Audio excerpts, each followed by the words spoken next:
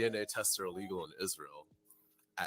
Ask me why. It's even illegal in the state of Israel to obtain this. And if you do obtain it, it's illegal to show it and or talk about it. Ladies and gentlemen, my DNA.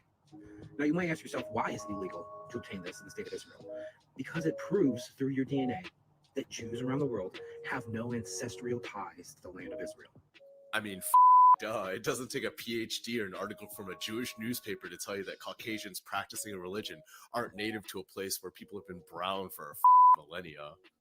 This TikTok caused a storm online, with many debating what his results, which show no trace of being from Palestine or the Middle East, despite being Jewish, mean. Yet, in the state of Israel, getting hold of a genealogical DNA test is highly restricted. Yadof Aharonoff and the Jerusalem Post reported in 2019 that Israel's genetic information law blocks people from buying them from local pharmacies. I guess boomer Zionists think that if you just throw enough money at troll farms and you don't let people Google 23andMe in Israel, that they'll forget that they're not Middle Eastern. Like, it's not Jesus of Williamsburg, it's Jesus of Nazareth, right? I mean, that's fine. Like, there are dark Jews. There's Jews from Brazil, there's Jews from Ethiopia, and up until the 19th century, everybody was living in Palestine pretty peacefully. Well, I guess until the Nakba, when they got displaced or killed alongside the Muslims and the Christians. I guess even back then, in the middle of the desert, if you have a brown neighbor, I guess property values go down. I don't make the rules, but they sure as hell are racist as So then, if Caucasian Jews don't come from the Middle East, duh, where do they come from? I do not want to be called anti-Semitic, even if I've got Harvard in the background. So I'm just going to let another Ashkenazi geneticist tell you where you come from. Surprisingly, GPS took us to northeastern Turkey. At first, we did not understand the results, but when we looked at some old books, we found 4 ancient villages named Ishkenaz, Eskenaz, Ashenaz, and Ashkuz, names that may be derived from the word Ashkenaz. This place resides on a hub of trade networks. This is where Silk Roads and other trade routes converge. That's Aaron Al-Hayek. He's a Jewish geneticist from Johns Hopkins who wanted to figure out where Caucasian Jews come from because, like map out genome, get ahead of diseases. His contact in Israel is Dr. Aurelia Oppenheim. She's a geneticist in the University of Jerusalem, and she runs the anti-aging department. And for a while, the government called both of these two Nazis. Would you like to know why? Because they both figured out where Caucasian Jews come from. Wink, wink. They're 40% Turkish, and newsflash, 40% Mongolian. As if the lactose intolerance didn't give it away. Like, hold on. Do you understand what this means? Like, okay, sure. Like, you don't have any ancestral tie to Israel, but like you don't have yellow fever. You're just dating your own race. Like real talk. What do you see in this picture? Like, is it a pierogi or is it a dumpling? Like, you say gefilte fish, I just see fish balls without the soup. Like, brother! Welcome to a Wednesday edition of RBN Live. I'm your host for today. I'm CJ. That's just CJ. That's my name online. In real life, I go by Jay. Welcome to the show. Lot to get to today. We're trying out a sort of a different format. Going back to how we used to do it when we originally started. When we originally started, each member had a day. Then we had a day where we did the roundtable. So that's kind of how, now back then we had 6 members. So 6 members and then a roundtable that equals 7 days. That's kind of how it went. And now Nick is going to be doing Tuesday, Thursday, Saturday. We have Nick and CJ on Mondays. You have RBN Live, or if you want to say Straight Out of Politics, that's my show, on Wednesday. And then on Friday, we're still trying to figure out what we're going to do. And then Sunday, you have the JB show. Because I'm not sure if I can be consistent on Friday. That's the reason why I say that about Friday. So, and then Rome will be dropping in a lot more, as he's already been doing. Everybody has been seeing that. So, welcome again. This video I saw on TikTok, and I thought that this was a great video, so I downloaded it and put it up on Twitter. You call it X, and it's at 1.5 million views, or eyeballs have seen it, and it's at 18,000 likes. Literally, when I went to sleep yesterday, this was barely touching 2,000. So when I went to sleep yesterday, this was barely touching 2,000 likes. Now we're at 18 approaching 19. Even just this morning when I woke up, maybe 6 hours ago, this was at 10,000. So just in that amount of time, it has almost doubled. So the video is resonating because when you're gaslit by Zionists and you have the information, but you don't have physical receipts, so they just kind of blow it off. This now, you know how many people who have bookmarked this? Oh, it doesn't show here. Earlier when I checked it on my phone, it was over 500 bookmarks. I have my phone close to me. I'll get it in a second. So it's obviously resonating, and because it begs the question, why would a country put such restrictions on DNA tests? It's such a bizarre sort of thing for a country to sort of go after, is DNA tests.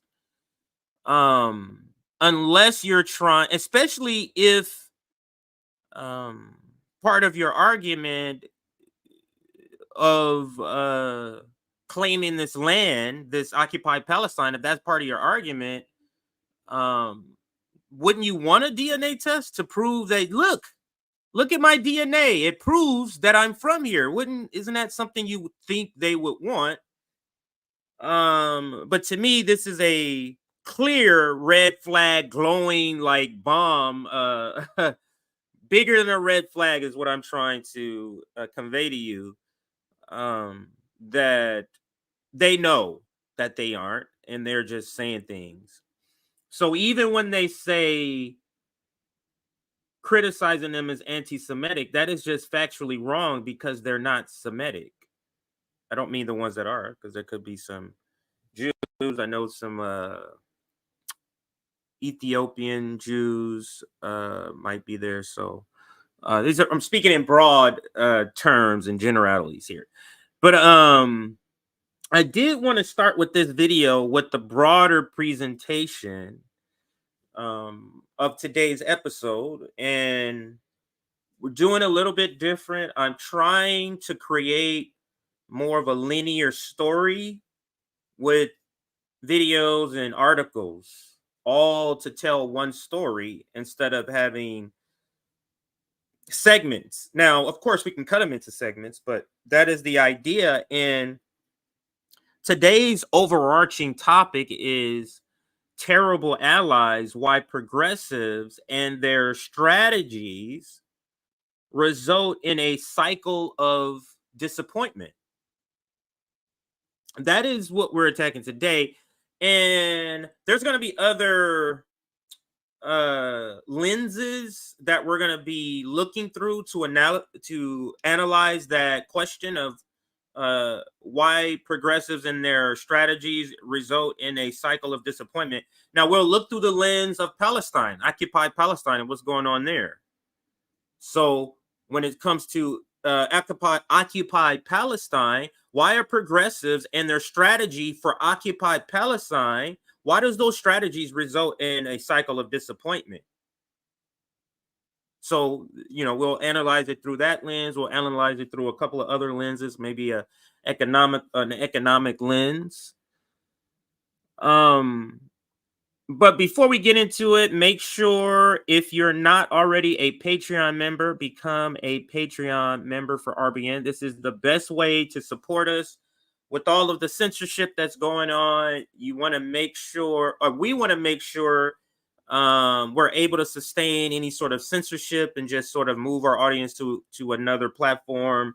Let that be the main one if we're ever taking off any of the platforms. So this is the best way. The other thing, join our Substack. If we do lose at any point covering Israel, speaking truth to power sometimes gets you in trouble with the powers that be, YouTube being one of them. So if, we're ever taking off, this is how we're going to be in contact with our audience. We're ever taking off, you'll be getting an email through our Substack saying, hey, YouTube did this, YouTube did that. This is where you can now see our content primarily, this or whatever we're going to do. So that's our Substack right there. The other thing is our website. Our website, you can get a lot of different information on our website. I'm going to toss our website up right now. You can get a lot of different information, everything from about us to our chapters, what our chapters are doing. So you can click on chapters. You can go to individual chapters. That was our goal. You can go to individual chapters. You see Sabby in Boston. You see JB in Orlando. You see Rome and Detroit. You see, excuse me, Nick and KC. And I am the representative for Long Beach because, yeah, I explained all that before. But yeah, I'm the representative for Long Beach. So then you can also check out the RBN library, how the start to the progress, like the progress of renovating this library. This is what it looks like now. Now it's completely blue and different. You can also check out our media if you want to go view some of our most popular videos. You can go check those out on here, Summits. And if you click merchandise, you can go to our merch store. I'll show that on another break we're going to have in a minute because I do want to get to the stories, get to the main story right now. So let's get to the actually let me check the chat before we do that. Where were we here? Actually, let's pull up the first.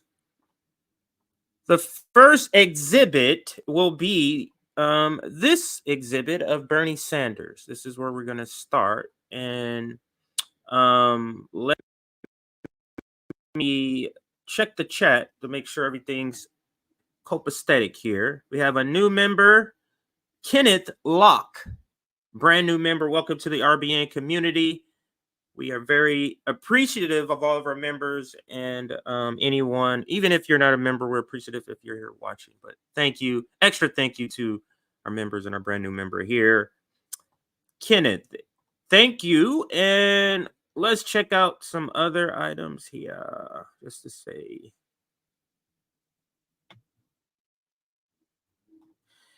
It isn't speaking truth to power that gets you into trouble. It's pointing out the truth about the power that does it.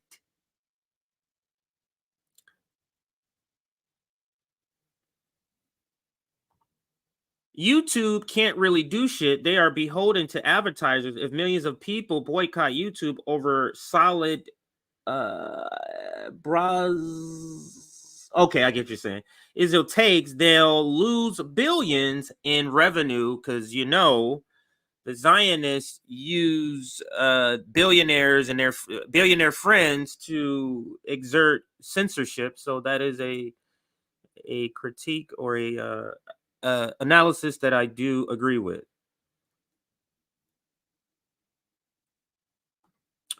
Yes, so this is a great opportunity for me to actually say this now, since you're bringing it up.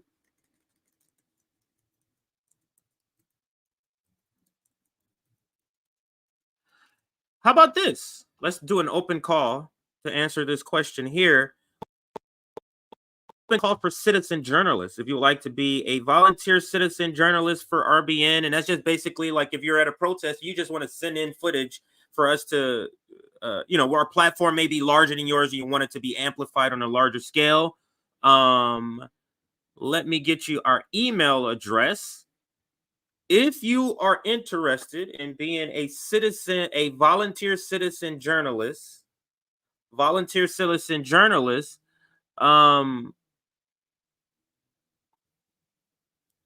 email us and make sure you include the word or the phrase volunteer citizen journalist. Make sure you include the phrase volunteer citizen journalist in the subject line. Volunteer citizen journalist in the subject line. I think I spelled volunteer right. I'm a terrible speller and sometimes I don't care, so I'll just leave it. But if you're interested in being a volunteer citizen journalist, email us, please. And let me put that email back up one more time, and then we'll get into the stories right there. So to answer your comment. Abso-freaking-lutely. And I'll read it. Yo, CJ, I was in San Francisco Sunday. Do y'all want footage or photos from the protest, or is it already too late? It is not too late. I'll put our email back up. It is not too late. You can email or the photos or media, I'll just say, whether it's video or photos, to our email right there scrolling, info@revblack.com. Make sure you put something in the subject line. Remember, this email is for 5 different members. Zoya is our back office person that runs our email. So make sure, not just make sure, but it helps that you include things in the subject line. It helps her to know where the email goes. Okay. All right. I think that's enough of the sort of logistical matters here. Let's get into the presentation. And again, terrible allies, why progressives and their strategies result in a cycle of disappointment. And I thought it was fitting to start out with the biggest, most well-known media figure in the public spotlight that is most representative of the term progressive. That is Bernie Sanders. So we're going to start with this interview. And I have this presentation broke up into sections. And I'll tell you the sections. The section is issues. The issue, I'm sorry. The inadequate response. And that's where we're at now, because the issue was the beginning video that you saw, what's going on in occupied Palestine. So that's sort of the issue, along with other issues. But again, like I said in the beginning, we're using that as one of the lenses we're going to be looking and examining this question, because we want to talk more in detail instead of broadly. Like if we're just talking broadly. So that's why I want to use specific issues to analyze this question. So that was the issue we started with the introductory viral TikTok video discussing the banning of DNA tests in Israel. Now let's go to the inadequate response. So now we're in section 2 of my presentation.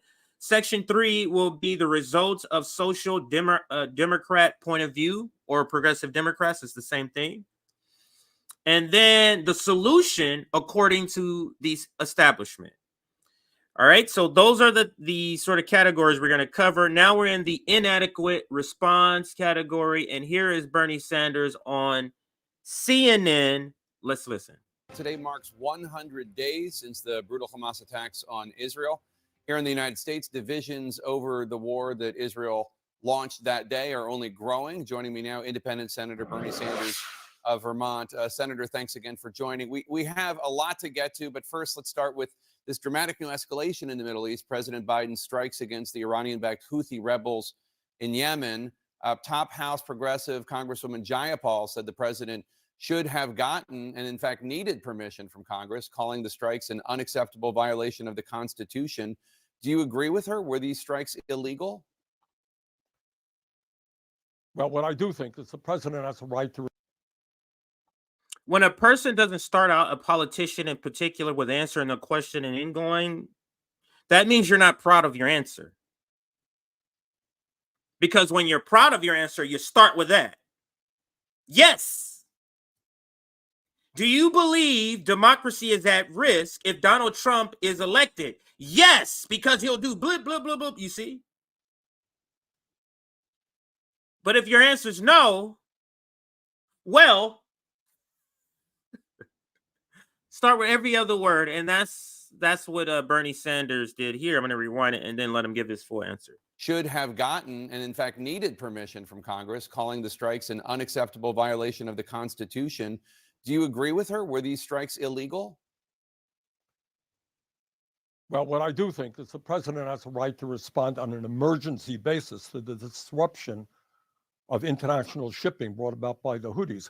On the other hand, he's got to get the So a socialist, that's who Bernie Sanders is. A socialist says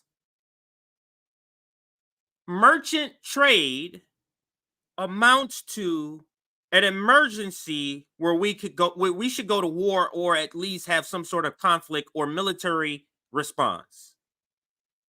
That's what a socialist is saying.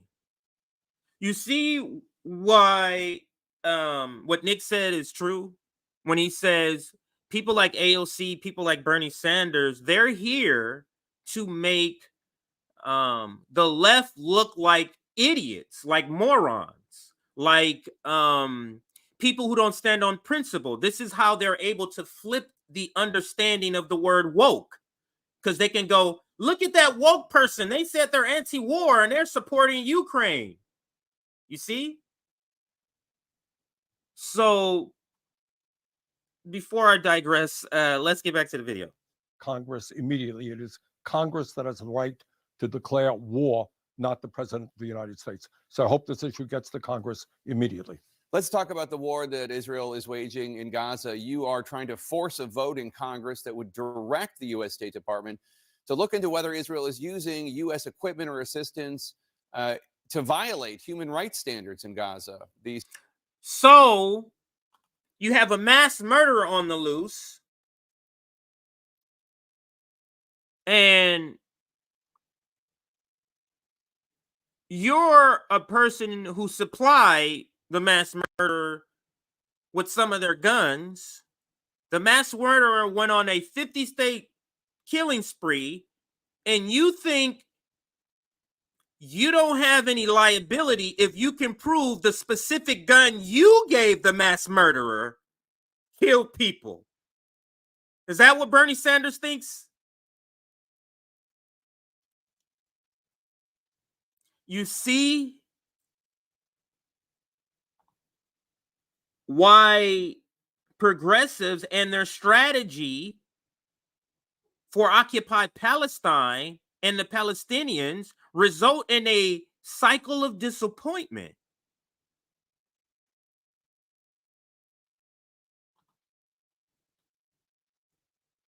This guy's terrible. The spokesman for the National Security Council, John Kirby, responded to your plan saying, quote, "We do not believe that this resolution is the right vehicle to address these issues, and we don't think now is the right time. The Israelis have..." And actually, I didn't finish my point. This was about the resolution. Does anybody think Bernie Sanders believed he would have this resolution passed? Does anybody think that? So on one side you got Israel, on one side you got Palestine. Let's take a tally. Bernie Sanders votes to fund Israel. Bernie Sanders says Israel has the right to defend itself. That's in the Israel's pocket. Israel side. Bernie Sanders then writes up a resolution that he knows is not going to pass and puts that up for public consumption. That goes on the Palestinian side. Which one do you think is weighing more? To me, one has the weight of a brick and the other is a feather. So on the scale, which one would be tipping? But again, the progressive Democrat, the social Democrat point of view on this is to give the psychopathic murderer guns and money, and then write letters saying, I don't like how you're using the guns and the money. You see how the cycle of disappointment?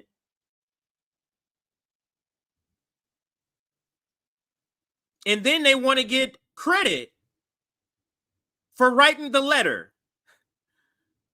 Strongly written letters have been given so much power by the elected so-called left. But let's get back to the video.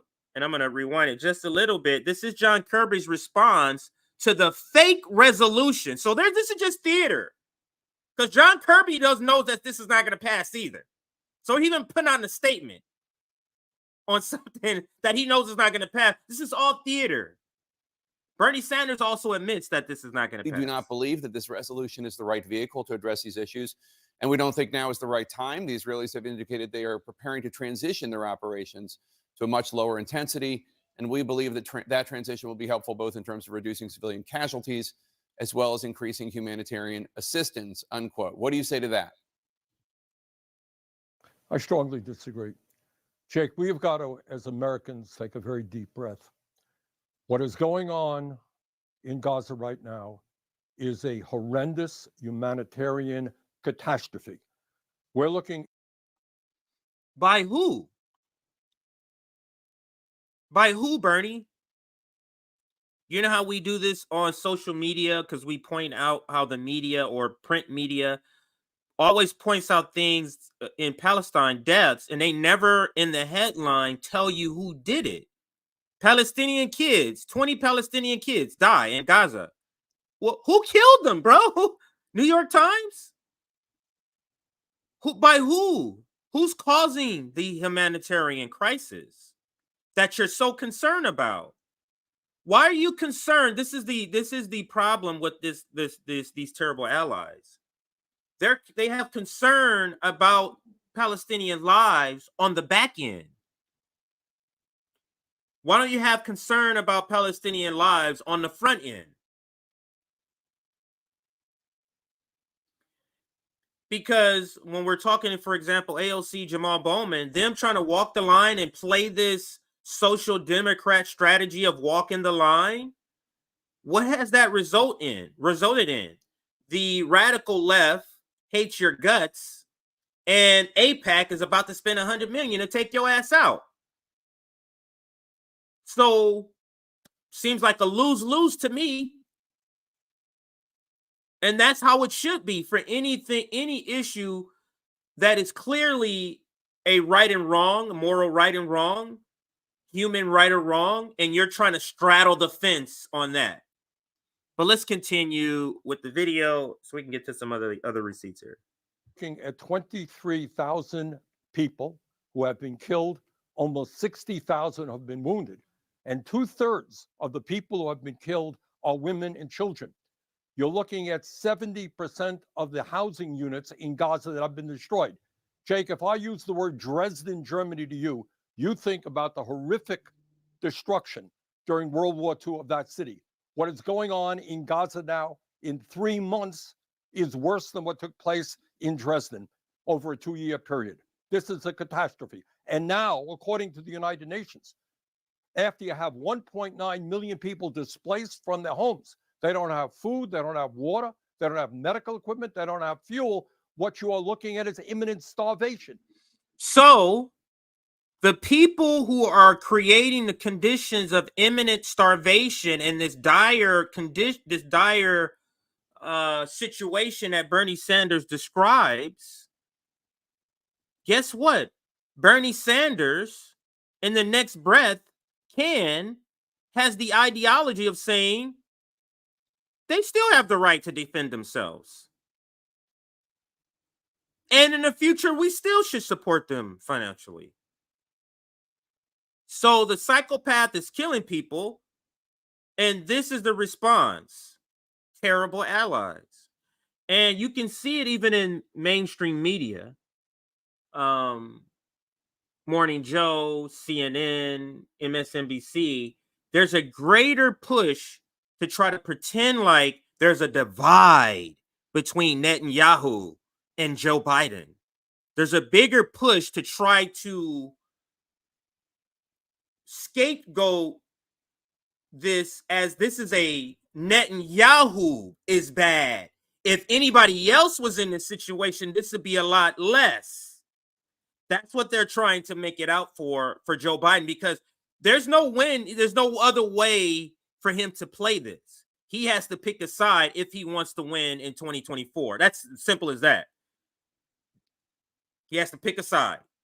And picking Israel is turning off the people who's most important, because he can afford to lose 50 plus year olds. He can't afford to use young and black folks who already vote sparingly. let's listen a little more to Bernie Sanders, the sellout. Let's listen. Children are starving to death. So my view has been from the beginning, Israel has a right to respond to this horrific terrorist attack from Hamas. But you do not have a right to go to war against an entire people, women and children. And the United States Congress has got to act, because a lot of this destruction is being done with military weapons supplied by the United States of America. And what the resolution of... So let's go back, and I'm going to put this title back up. All of this is being done with military, with U.S. military funds and weaponry.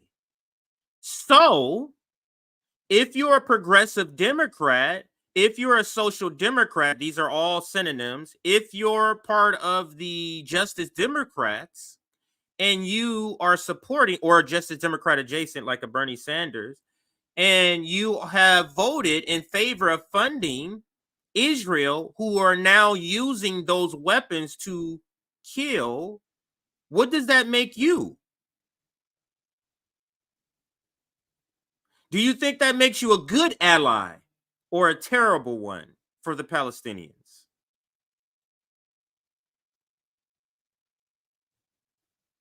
I think Palestinians, and I'm going to go out on a limb here and say, I think they would say, you are a terrible ally. After you didn't gave him, weapons after weapons, now you want to cry for me, Argentina? I don't think so. So spare me the tears, progressive Democrats, over what's happening in Palestine. When you were down to fund, especially the ones that are saying in the future you still want to do this. After this, if you're not changing your vote on Israel funding, I don't understand what's happening. It's consistent with the Foreign Assistance Act. It says that if American military assistance is given to any country, Saudi Arabia, Israel, any other country, it has got to be used consistent with human rights, international human rights standards, and American law. In my opinion, that is certainly not the case. We have a horrific humanitarian catastrophe. We cannot turn our backs on it.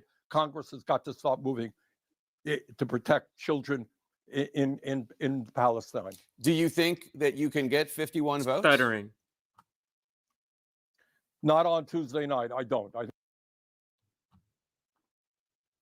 Bernie Sanders just says he knows he's not going to get the votes. So what is all of this for, sir? Bernie Sanders is taking a huge hit in credibility over this issue.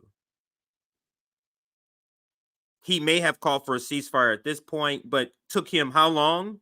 And if he hasn't, taken him how long?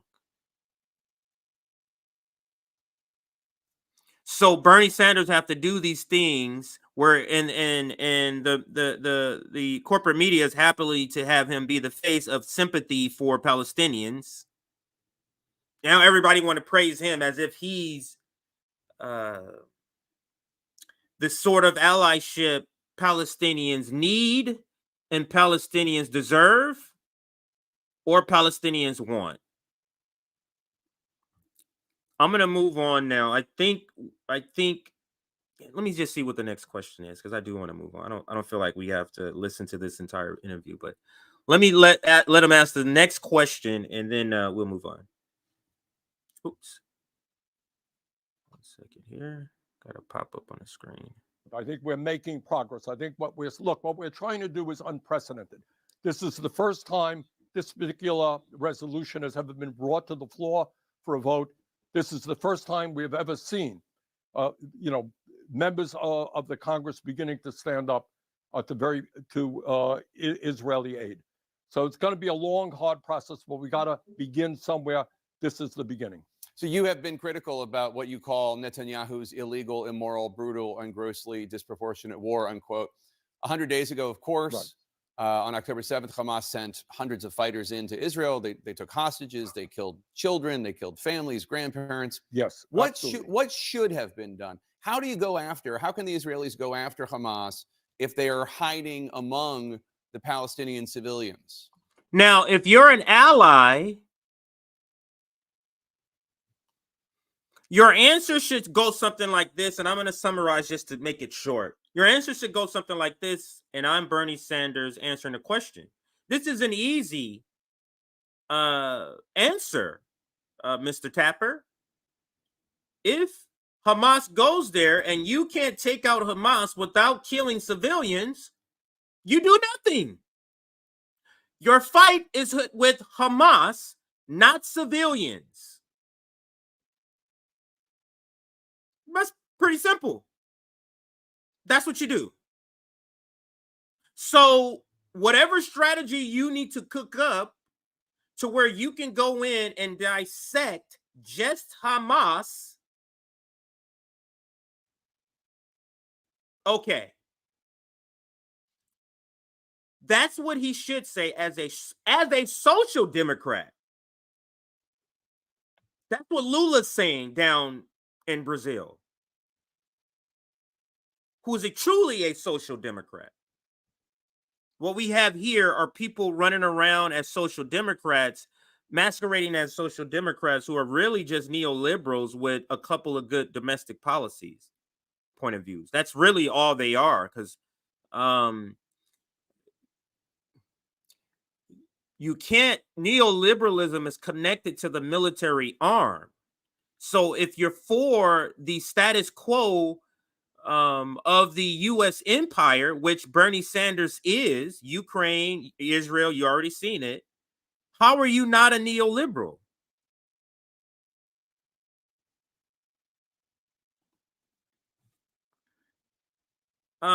Yeah, I think I'm going to leave it there because this is, in my presentation, what I'm calling the inadequate response through the lens of Palestine, occupied Palestine, that we're talking about right now. But now let me go to a headline. Let's go here. Let's go to bookmarks and go to the next part of this presentation, and that is this headline here. New polling shows how much global support Israel has lost.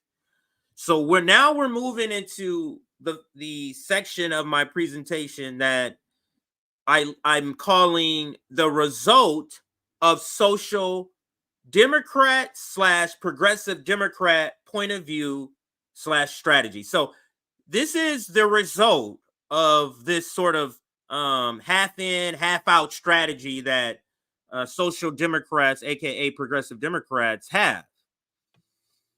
And this is the first exhibit in this this next section here. So new polling, and I'm going to read this snippet here. I'll put this back up here. I'm going to read this snippet from the article. I won't read the whole thing. China, actually, let me open this. China, South Africa, Brazil, and several other countries in Latin America all went from viewing Israel positively to negatively. So I'll pause there, and I'll get to the actual article in just a second.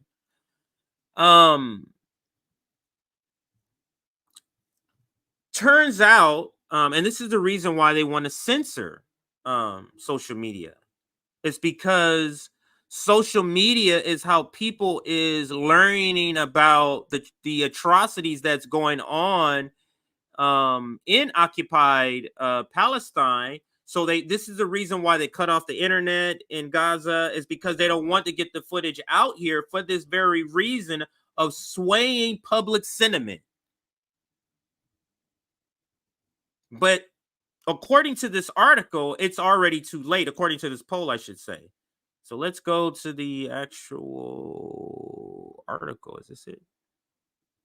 Yeah. So let's go to the actual article right here. And it's actually from Time magazine.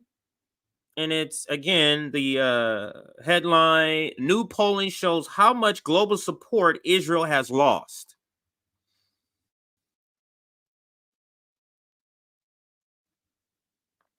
Ooh, I went like that and cracked my whole collarbone. Oh, I was like, what is this?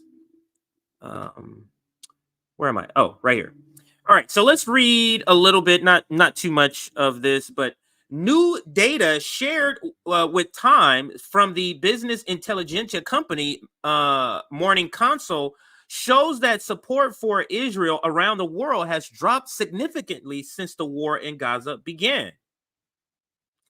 Net favorability, the percentage of people viewing Israel positively after subtracting the percentage viewing it negatively, dropped globally by an average of 18.5% percentage points between September and December, decreasing in 42 of the 43 countries. So 42 out of the 43 countries polled, there was a decrease between September and December. You see this drop 18.5 percentage points? Huge. Now, this is the part I was reading earlier, but I'll go ahead and read all of it. China, South Africa, Brazil, and several other countries in Latin America all went from viewing, in other words, the global South, all went from viewing Israel positively. So all these countries, South Africa, Brazil, remember they all are friendly with Israel. They all have trade with Israel. All three of these countries. But polling the people in those countries has gone from positive views to negative in all of those countries, which are huge countries. The populations in those countries, I think those are three of the countries with the largest populations. But let me continue with the paragraph. And many rich countries that already had negative views. Now, these other countries already had negative views, including Japan, South Korea, and the UK, saw steep declines. Get this. Net favorability, I always have an issue with that word, in Japan went from 39.9% to negative 39.9% to negative 62%. That's something like 23%-ish point differences. This next one, negative 5.5% to 47.8%. That's South Korea. That's a freaking humongous jump. And then finally in the UK, negative 17.1% to negative 29.8%. So that is the reaction of the world viewing a genocide taking place. That is the dip in these numbers that we see. But let's go on to the next part here. So I'm going to go back to Twitter and get to the next part in this section of the result of social democracy. So poll numbers are going down because of the approach, the social democrat approach to the progressive Democrat approach.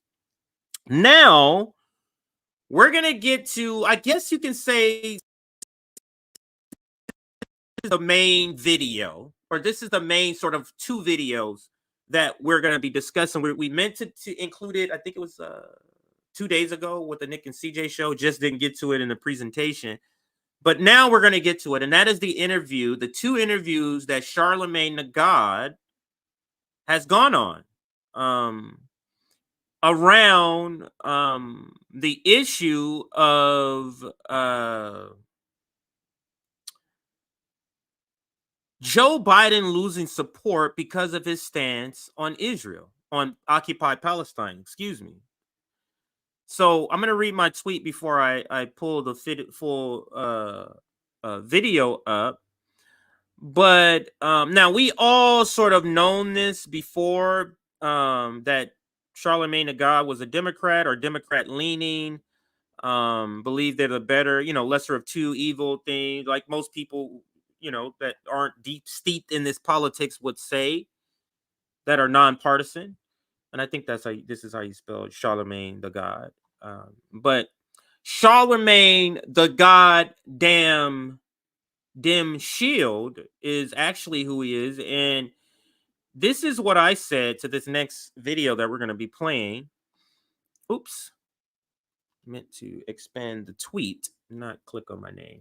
All right, so let's expand the tweet. Let me read what I said here. Damn near punching, and it's over here now. If you don't notice it, when you click on it, Twitter puts it to your right. But I'll put it back to the center. Damn near punching the wall watching this rich black elite nonsense commentary about Genocide Joe.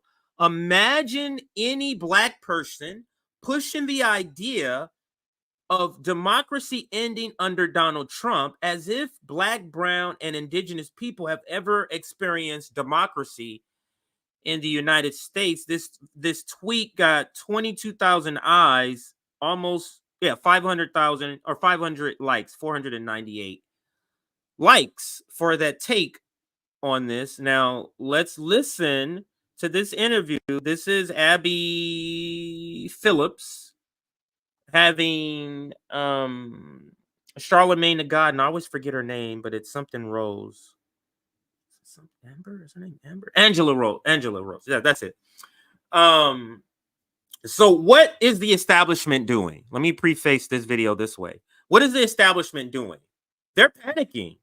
Young voters, so you're going to start seeing a push towards abortion, pardoning more people with convicted on marijuana, but none in jail. They're going to start doing these things to get young voters. But to get black voters is one thing in particular they do, and that is to reach out to black celebrities, the black bourgeoisie. It's time to put up the bat signal to the black folks with money to come in here and start pulling black people back to the Democratic Party. So that is the role Charlamagne, the goddamn Shill is playing right now. And let's listen. Charlamagne the God, along with politics and culture commentator and host of the Native Land Pod, Angela Rye. So Angela. Now understand, it's slipping in here, but the Native Land Pod, that's what this is about. The Native Land Pod, I just saw this yesterday, the first episode. The Native Land Pod is Tiffany Cross, Angela Rose, the one you see in this interview here, and Andrew Gillum. Those are the three hosts of the first episode, and it's literally nothing but dim shielding. That's it. But they're starting a new podcast because they know it's not on corporate media no more. You got to get on these online spaces. You got to get on a podcast to reach communities. So this is their attempt to reach young black folks and just young people, because people who watch the Breakfast Club or with Charlamagne, the goddamn Shill, it's not just black people. He has an array of people that listen to that channel. So this is the establishment calling in the petty bourgeoisie to pay up. All the toys and money we allow you to have through our system, it's time for you to pay for the riches we allow you to have. Michelle Obama has this great skill of being able to shade Donald Trump without ever actually uttering his name. But is she right? Of course. I think I think that what we know and what I think she got baptized by fire with in 2008 when Barack Obama was running for office. And she said, and I'll never forget, because I was like, finally somebody's saying something that I agree with. She said, for the first time in my adult life, I am proud of my country, and got dragged. We are finally at a place on the other side of a Donald Trump presidency where people can a little bit, they can kind of understand on the other side of an insurrection what she might have meant. And so now, I don't know. I mean, you think they understand? I think somebody might, maybe not. I mean, maybe a majority, right? Yeah. You would get fooled if you look at some of the social media, but I think a majority understand what she means, even if they don't like it. But they're asking for, Joe Biden now to be impeached, even though Donald Trump is under Now, several that's not the indictments. day I'm talking about. Yeah, but I want to just ask you, Charlamagne. I mean, you made some waves in a recent interview saying that you regret endorsing Joe Biden. Why? It's not that I regret endorsing. That's exactly what he said. But now he's on this corporate space, and he ain't trying to lose his position. He's not trying to piss off the establishment, and then all of a sudden scandals start to pop out, and then his career's over. So, hold on, guys. Hold on.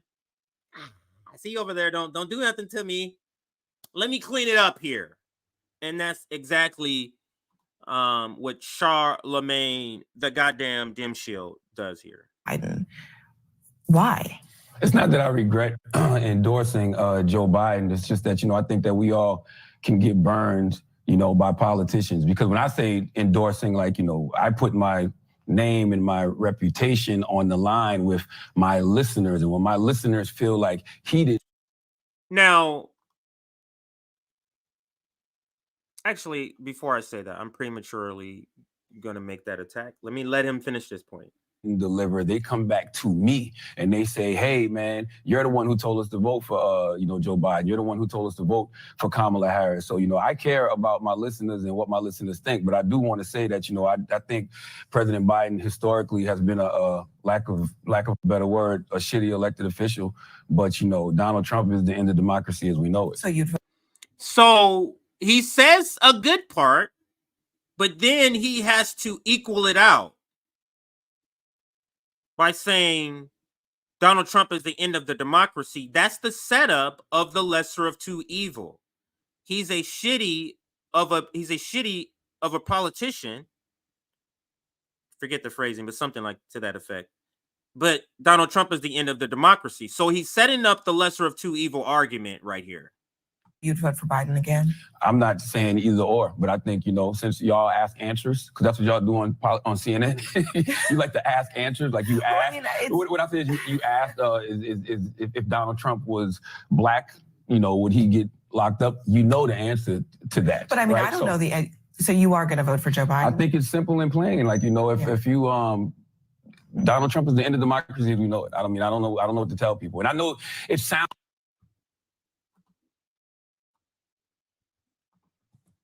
So this is what they do.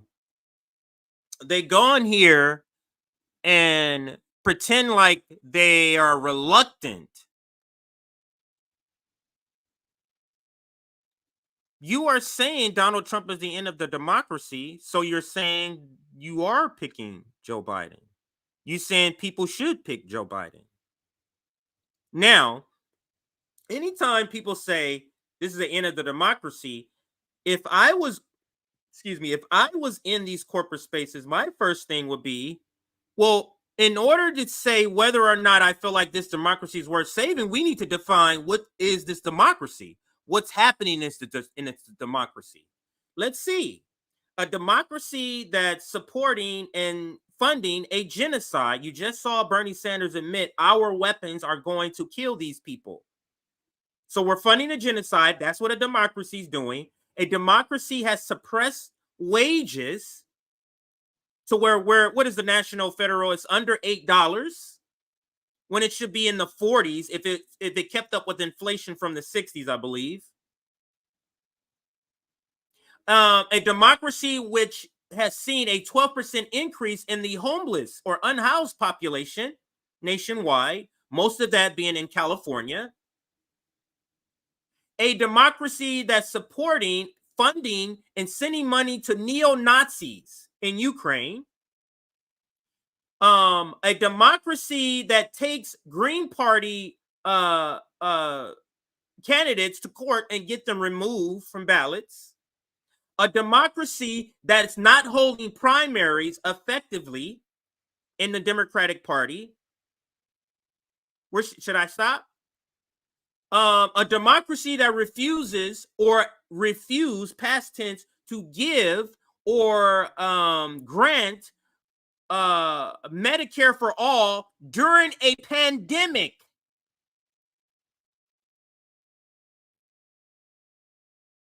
So, with that being the democracy, now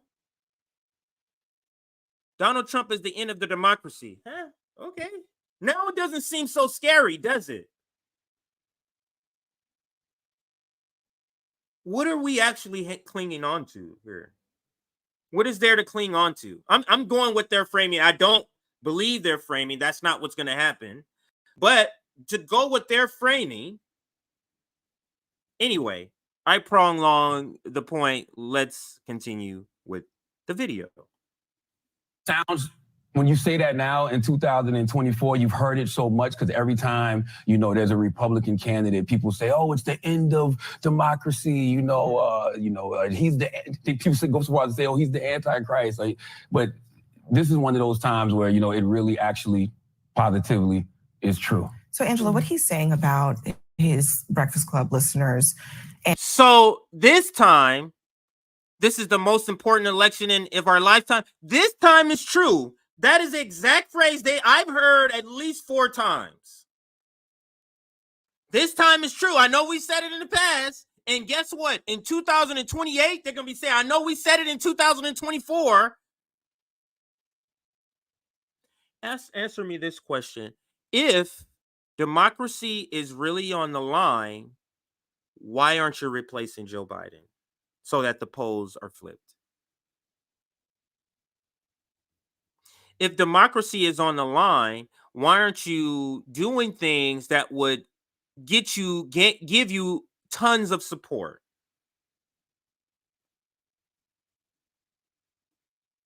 If democracy is on the line, this is what I would ask. President Joe Biden, if democracy is on the line, is the filibuster up for the chopping block, sir? The filibuster. Because if you tell me, I don't know about the filibuster being gone, you're telling me the filibuster is more important than democracy ending, right? Call these people's bluff on democracy ending.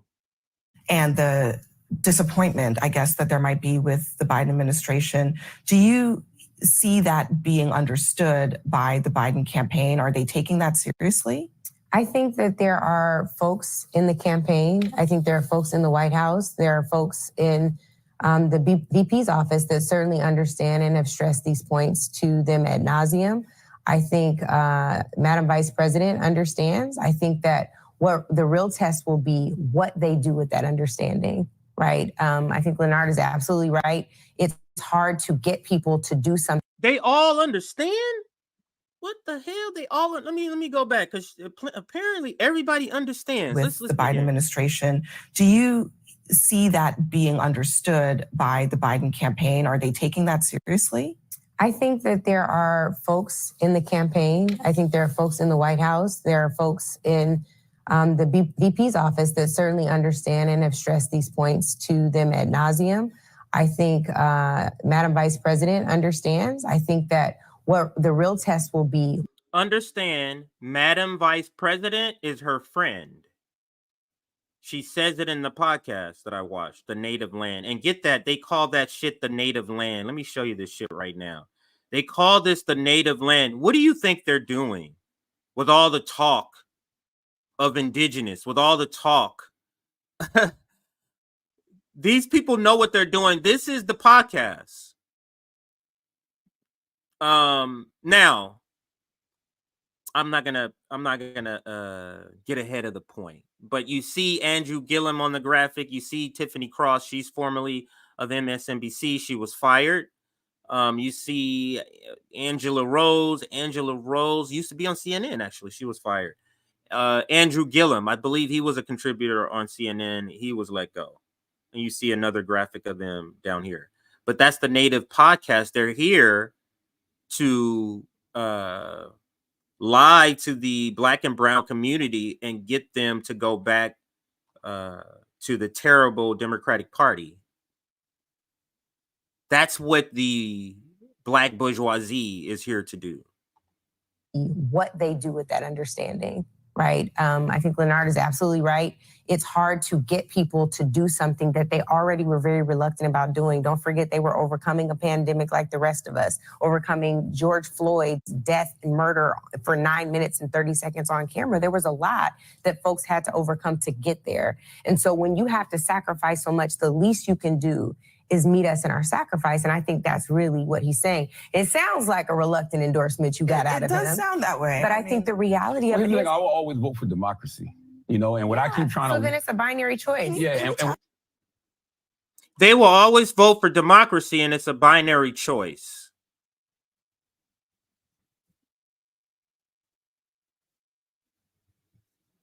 How do we ever get out of the cycle of being in a binary choice? How do we get out of the cycle of repeating Trump versus Biden? I mean, is Nikki is Nikki Haley versus, I don't even know, in the Democratic Party, is Nikki Haley versus Gretchen Whitmer really that much better? Really? I don't think so, but we're going to cut this particular interview short because there's another interview with the same two people where they say a little bit more aggressively. Understand, they're on CNN there, so there is not as in your face how they're speaking about it. Let's go to this one when they go on the Joy and Reid show and see how they talk a little bit more aggressively here. Same two people. They're on a tour for the is a diverse coalition of voters, with a large part of that coalition being Black voters. If President Biden wants to win re-election, he has to make sure that every member of that coalition feels motivated to get out and vote. And right now, 10 months out from November, there's a lot of talk about how fragile the Biden base seems to be.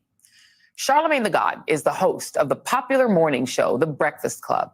His popularity with the youngins has put him in a unique position to impact the world of politics. He has praised and criticized both Donald Trump and President Biden, and interviewed politicians from Biden to Obama. And his sometimes contrarian views have brought him significant media attention, including this recent profile in Politico, which talked to him about the frustration some African-American voters, mainly Black men, are expressing about the Biden administration. Biden's deputy campaign manager, Quentin Fulks, who ran Senator Raphael Warnock's second senatorial campaign, recently addressed those concerns.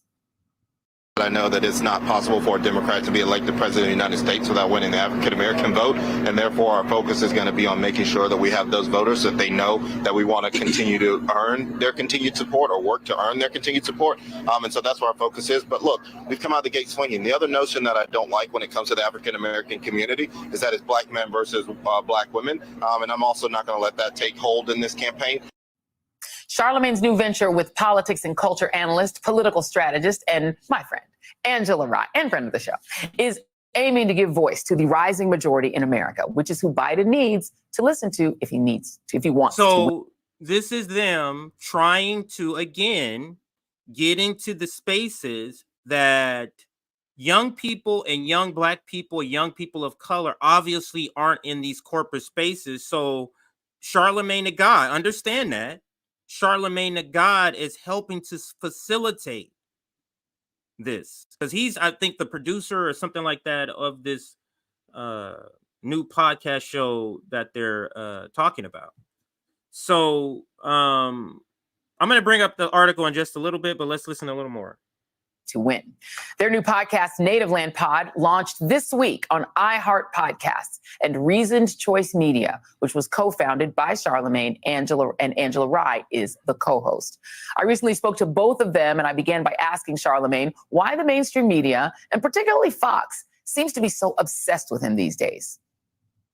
I know what they're doing. They're using me and the things that I say about President Biden administration to say, see, look, Black people are totally, fed up with Biden and his administration. I don't speak for all Black people. Black people are not monolithic. My name is Leonard McKelvey. They call me Charlamagne the God from Mount Corner, South Carolina. I speak for me and my perspective. Yeah, who is your audience? Tell me the demo of your audience. Who are they? I mean, it varies, right? Because I'm 45 years old now. So, you know, we've been number one, 18 to 34 the last few months, but we've also been in number two, 25 to 54. Yeah. So I think my audience is just a diverse group of people, like, you know, black, white, brown. Like, I don't think it's just the youth, like some people may think. But, you know, Angela, I mean, there is this whole conversation about are black people pulling away from the Democratic Party. I mean, the numbers don't necessarily show it. Let's just put these numbers up. This is ages 18 to 34 overall.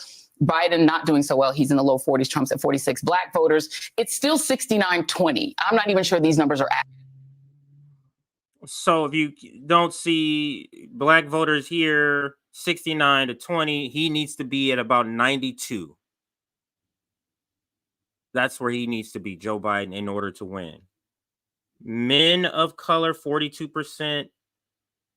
Women of color. You see that difference? Women of color, by a 20% margin or more, support the Democrats more than men of color. Are accurate this far out from an election. Women voters of color, which is a mix, not just black voters. You can see the numbers there. 2/3 pretty much still support Democrats. Kamala Harris more popular, obviously, with black voters than she is with voters overall. Do you, as a political strategist, you've been in this business, you've been in the political game, are these numbers meaningful, or is there a genuine problem that Democrats have with black voters, and Biden specifically? Well, here's what I want to say to you, Joy. And you know this too, because you've also been not just in the business, but in the business of serving the culture for so long. I have been in meeting after meeting, both on the Hill and off the Hill, with the party about their failure to reach their base, their most faithful base. 4 years. This is not new information. I don't know why we're surprised. I don't know why folks they said I'm not holding them accountable on segments with them and all of that. Leonard is not saying anything different than what I've heard members, including the past chairs of the Congressional Black Caucus, say to the party. They're saying you're not investing enough in our community. Find the lie. Jamie Harrison will tell you that that is indeed the case, that they are working on it to change it. So why are we upset when people are pointing out the facts? The facts are enough black consultants aren't hired. Tell me 5 black pollsters you have. You can't because you have not created that bench. Tell me the black candidates that you have. You've been forced to ensure that that bench is growing by the Congressional Black Caucus. You tell me the number of consultants you hire. Tell me with a fact, with a straight face, that white boys don't run the Democratic Party. And I'll call you a lie all day long. Now, that does not mean that we should go and support a fascist. I don't think that either of us are saying that. And that's what mainstream media never reports me saying, because I'm never saying, I may talk about Joe Biden and his shortcomings, but I also say Donald Trump is the end of democracy as we know it. And we've seen it. Like, you know, he attempted a coup of this country. You see how the black bourgeoisie, they're able to have correct analysis on a lot of things, in particular things that have to do with ethnicity and race, sometimes class if they were poor at a particular time. But their solutions are always short. It's always not enough. It's always akin to an establishment solution, a solution that's okay with the establishment, or a solution that won't piss off the establishment too much. Now, you saw him make sure you come in, hey, January 6th, I'm for it, everybody. There's this lane where people critique Joe Biden and the Democratic Party, and then they end up supporting them. Did a segment on this a long time ago, cosplaying lefties. I may have called it that. Cosplaying lefties. Marianne Williamson, I think, was the face of that one. They do all the critiquing that you see Charlamagne does, but then they have the trap door that takes you back to the Democratic Party. To overturn, you know, the vote. So it's like and the votes of people who look like us. That's right. So we see what he's capable of. Yeah. And the question, though, I think, and you do radio, and I do love radio. I do miss radio because you get to talk to people. You get to talk to actual people and callers. So when people are calling you, and specifically black people, what are they saying they feel they have not gotten out of having voted consistently for Democrats and for Joe Biden? Upward mobility. Simple as that. Like, people want security, and a lot of that security is financial. Like, it's upward mobility. Do you think the Democratic Party have no idea that's one of the biggest issues? Do you think that?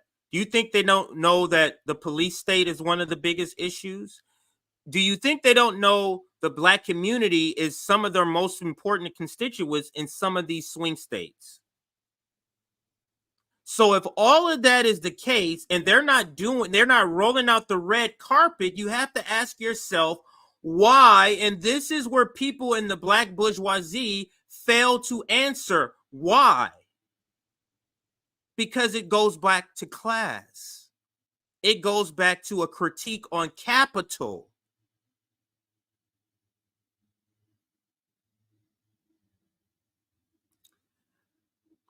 Let's try to get some more of this here. It's simple and plain, and it's just been, whether it was President Obama, whether it was all the way back to Clinton to now Joe Biden, they feel like the Democratic Party has never promised that. And it's like right now the problem I'm having with my listeners, what am I supposed to tell them? Like, what am I supposed to tell them other than, look, man, Donald Trump is a fascist. You may think things can't get worse, but they absolutely positively can.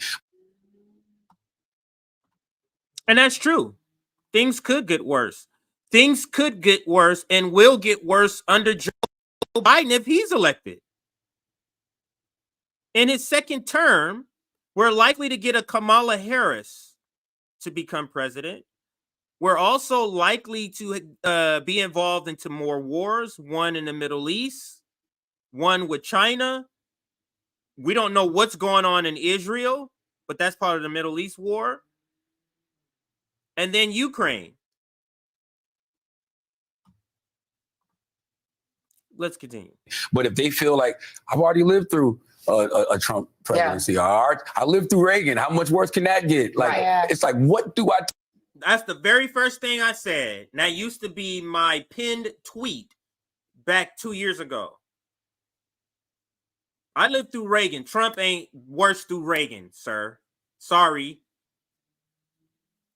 Reagan is top 3. I'm not saying any order, but to me, he's top 3 worst presidents.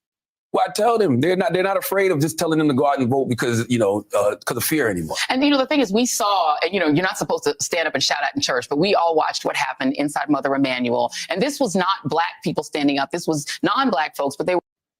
You damn liar, Nick. We saw the video where you can clearly see there's I think 4 or 5 people standing side by side, one of which is Black. They're all different races, one of which is Black. You discounting that person? But this is the whole Black bourgeoisie point of view that those are white folks that interrupted the Black church.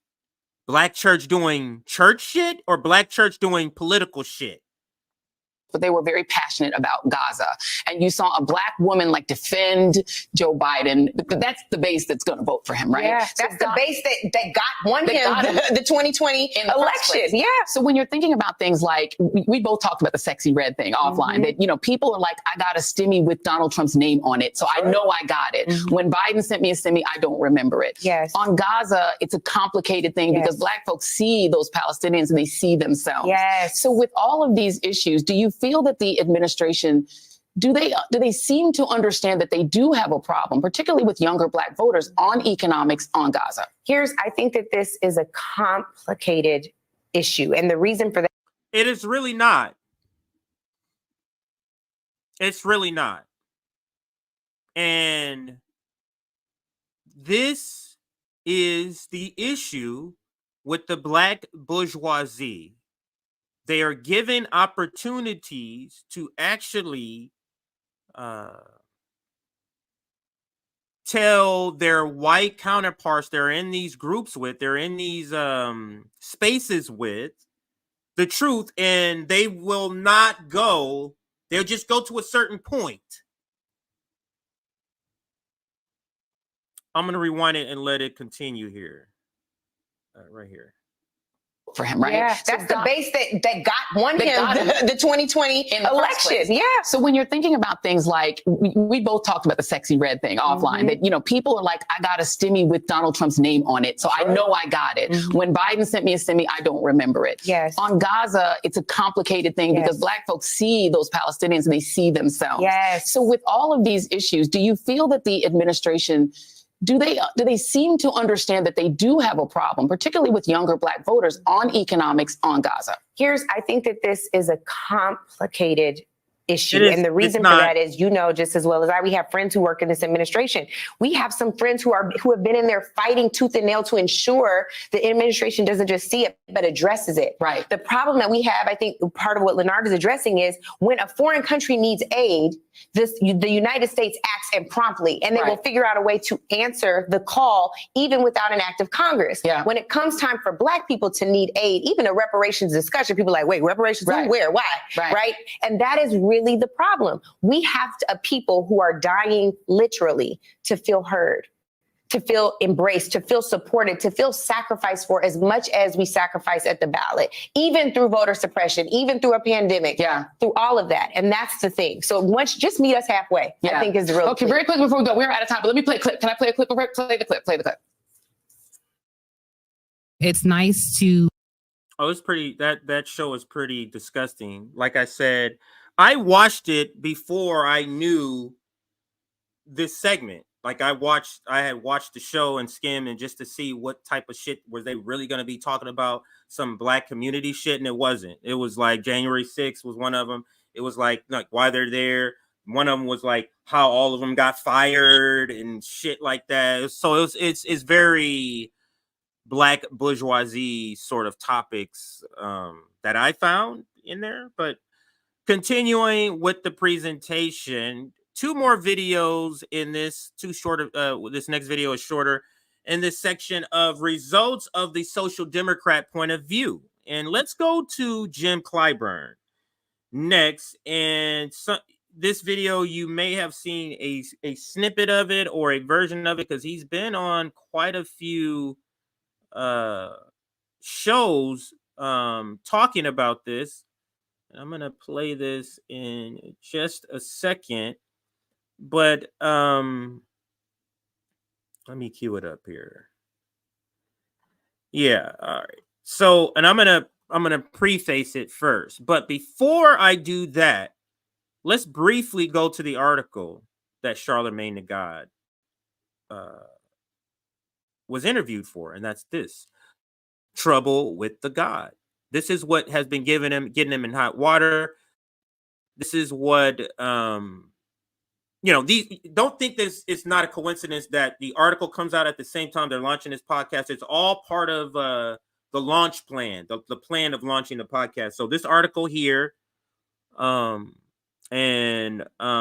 he just talks about trying to be blunt. He's considered the blunt guy, giving the Democrats blunt advice on what's going on in this with this particular constituency that they need. And I'll put the link of it. I'm not going to read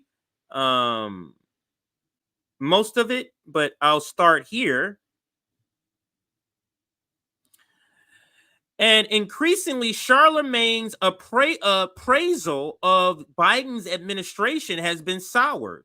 While he anguishes at the thought of a 2020 rematch, the radio personality gives Trump props for commanding attention and selling his ideas. So he's giving him props in this article, Trump. But then he says, of course, Trump is going to destroy democracy. But then he goes in to start talking about what the Democrat Party sort of needs to do. So let me get to there. So Charlamagne's breakout moment as a political influencer came during the contentious drawdown of the 2016 primary campaign between Clinton and Sanders. Each sought to heavily court Black voters, and both candidates made multiple appearances on the show throughout the campaign. This provided the perfect opportunity to lean into politics with more regularity. Clinton stopped in April that year, created a viral moment with the former Secretary of State, alluding that she, just like Beyonce, always had hot sauce in her bag. And what I remember from that interview, and that's where I wanted to go, what I remember from that interview is him not calling out how that was pretty racist and stereotypical for her to think that's all she needed to do in order to get the black vote.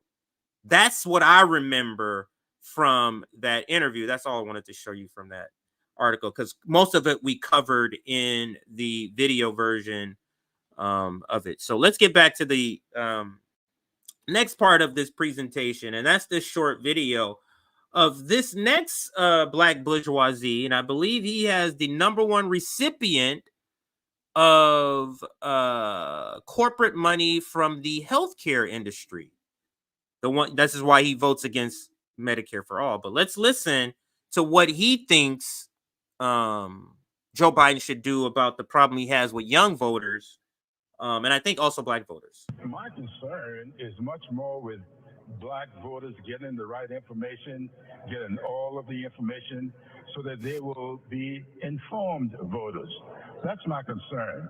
I believe very strongly that this president has done what is necessary to earn the support of African Americans all over this country. But I'm also concerned that when we report these results, they don't always tell the full story. In your view, is this, as he seems to be describing, is this a communications issue for the Biden administration or something else? It's far more than that. I love Jim Clyburn, respect him immensely, but this is far more than a campaign of misinformation or disinformation. Let's just call it again what it is. Black folk did not just save Joe Biden's campaign. In a very real way, black folks saved this democracy. On more than one occasion, we have been called upon as black people to save this democracy from itself. We've done it in every war, in the Civil War, in World War I, World War II. Black soldiers having to sit on the back of the train behind Nazi war criminals coming out, and yet we put ourselves, our lives on the line to save this democracy. So he essentially, and I can stop it there, he essentially says, I have respect for Jim Clyburn, but, and he goes on his critique. And I wanted to play that because this, where Tavis Smiley gives a much potent critique and a much accurate emotional sort of description or conveying of emotions, he does it better, Tavis Smiley. But I do want to go back to what Jim Clyburn says in the beginning here. My concern is much more with black voters getting the right information, getting all of the information so that they will be informed voters. That's my concern. I believe very strongly that this president has done what is necessary to earn the support of African Americans. So Joe Biden has done enough, according to Jim Clyburn, to earn the support. And I would just, say he's probably saying earn the support of all voters, young voters, women. But in this particular case, he's saying black voters. So Voting Rights Act, which Democratic black voters wanted, not us, because that was a sham. Did they get the Voting Rights Act? No. How about the George Floyd and Policing Act? Again, not something we want here on RBN, but black Democrat voters want. Did they get that? No. Affirmative action overturned. Abortion overturned.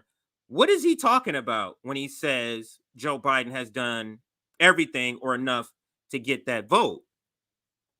Now, coming towards an end, not to an end, but an end of the section, and getting to Andrew Yang and The View. So the next sort of section we're going to be getting to is the solution section, according to the establishment. So we saw the issue through the lens of the Occupy Palestine. We're answering the question, terrible allies. Or I don't know if it's a question, but we're discussing terrible allies, yeah, it's a question. Why progressives and their strategy result in a cycle of disappointment. Where did I leave off? Right here. Here we go. And we're gonna go to their solutions, the solution that The View gives, and then the solution that Andrew Yang gives. Those are the two solutions we're going to be discussing next in the solution segment. But first, I had to cover this. This is a new part, something new I'm going to insert here, because this just dropped. This almost was an intro video, but it's longer because this is something that I'm very happy to this is something that I'm very happy to report on. And that is, actually, I'm just going to type it so that you don't see or hear it until we see it.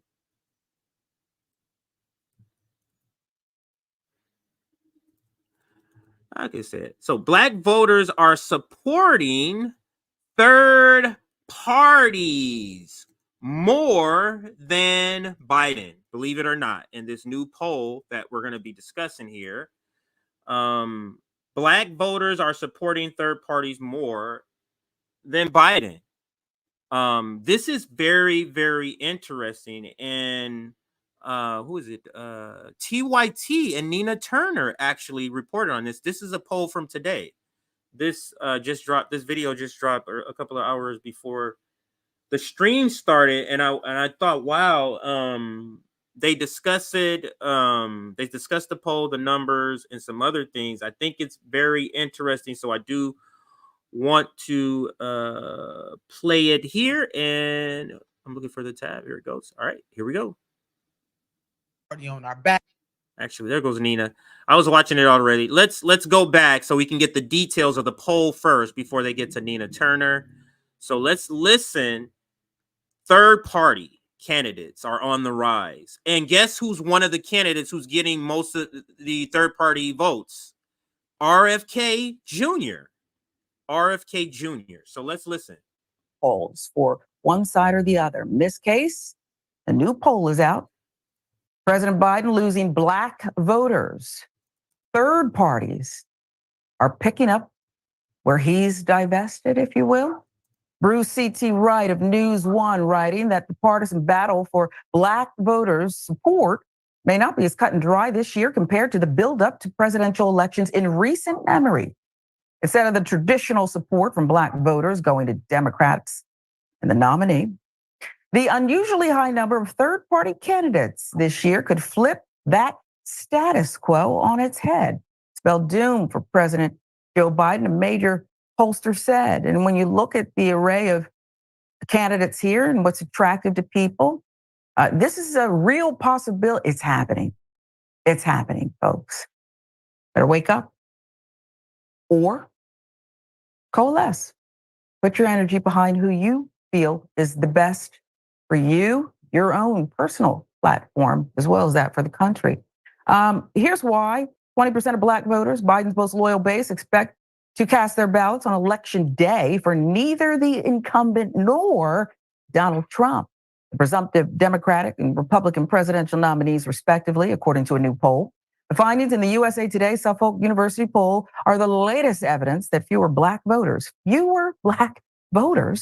plan on supporting Biden's re-election efforts, giving a slight edge to Trump. Trump, in this poll, getting more Black support in the general election. News One. To be precise, the poll found that nearly 25% fewer Black voters plan to support Biden this year than they did in 2020. Wow. On the flip side, Trump has managed to maintain the 12% support. So Joe Biden is losing 25% and Trump is gaining or maintaining 12%. But wait till you see where the vote's going to. Among Black voters that he got in 2020. which the polling suggests could prove to be the difference in November. Although Trump hasn't grown support among Black voters, he's closed the deficit behind third-party voters come off of Biden's support among Blacks. David Pilogas, director of Suffolk Political Research Center, said about the new poll, a young voter or person of color voting third party is a vote away from President Joe Biden. And a vote away from President Biden is a vote for Donald Trump. It's just that simple. While fewer young people are expected to vote this year compared to past presidential elections, the decline is most pronounced amongst Black voters, according to a poll released last month. At the same time, Robert F. Kennedy Jr., the top polling third-party candidate, is reportedly enjoying support among Black voters in battleground states. Battleground states. This is a problem for Joe Biden. Because, like I said, RFK Jr. is actually going to be on some ballots because he has the infrastructure, or a better infrastructure than, let's say, a Cornel West that's running as an independent. So RFK Jr. getting Black votes in battleground states where enthusiasm is already depressed and where young voters are already depressed. Their vote is depressed. Maybe they are depressed too, but their vote is depressed is what I mean. It's at an unprecedented level. MSNBC reported 28% of Black voters in battleground states, 28% plan to vote 28% for Kennedy. For Kennedy. While 50% of those same voters support Biden, 13% are expected to vote for Trump, according to recent polling. Now, that's likely at least partially because Black voters in swing states, including... Now, I'm going to get past some of the rest of this article because I do want to get to some of the conversation that Nina Turner provides here. So let's get to when we're over the article here. It appears that the Democratic Party does how to engage Black voters, particularly, I think, Black men. You're not engaging them. I've had meetings with people who say you're talking at them. You're not listening to them. And this thing, I find it slightly offensive. I want to hear what you have to say about this, and then I'll give you the floor because you're going to need the floor here. Get us all the way together.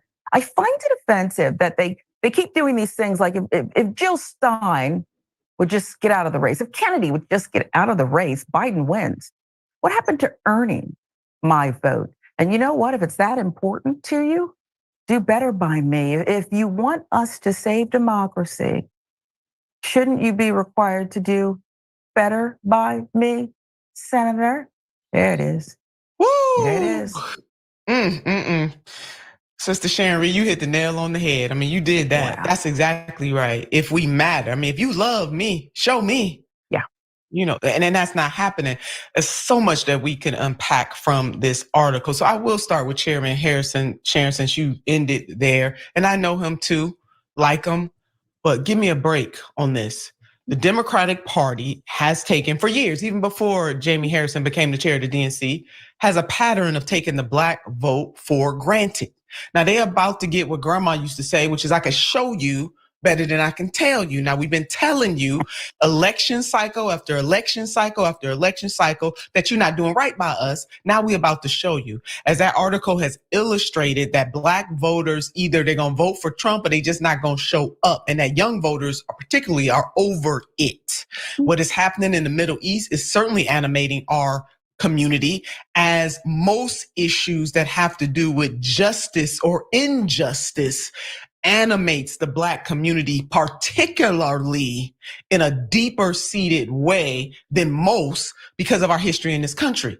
And younger voters get that is what is happening, and the way that the United States of America, this president, this administration is handling the slaughter at this point. At this point, 30,000 people killed. Almost 60,000 people just maimed, just hurt. Over 60% of the Gaza Strip destroyed. At this point, this is not about self-defense for Israel.